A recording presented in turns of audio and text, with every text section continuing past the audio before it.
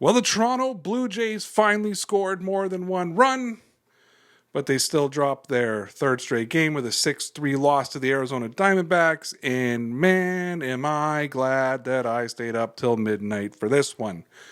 Coming in, Toronto was facing Michael Soroka, familiar name for Canadian fans, and he's been dealing this season, so runs weren't going to come easy, and that showed early.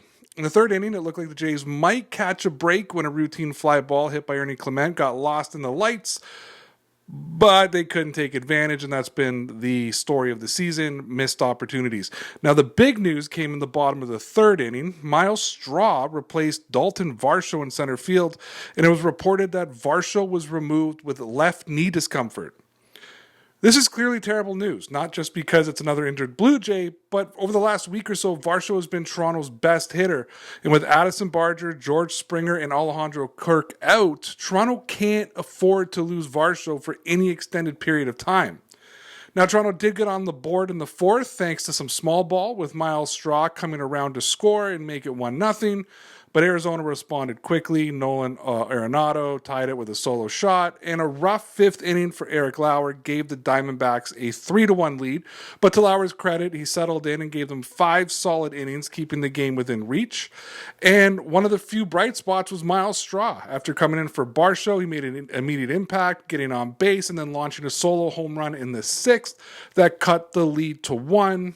But again, Toronto just couldn't capitalize when it mattered. They got another break in the 7th and still came up empty. Meanwhile, Arizona took advantage of mistakes and added insurance runs, stretching the lead and putting the game out of reach.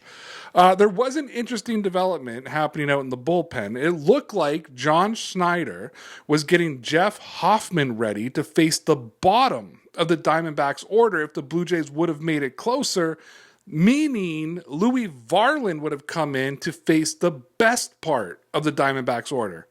I'm not saying we know anything, but it has to make you wonder if Varland may get a shot at being the Blue Jays closer. The Jays tried to push it back in the 8th inning. Vladdy got an RBI, but Arizona answered right away, and that was basically it. Quiet 9th, inning over, game over. So now it's 3 straight losses, and they dropped to 7-12. But here's the reality. It's still early. The record isn't pretty, and the injuries are a real problem. And the baseball's bad, but this team is not a bad team. And there's still time to get healthy. There's still time to clean things up. And there's still time for this Toronto Blue Jays team to turn things around.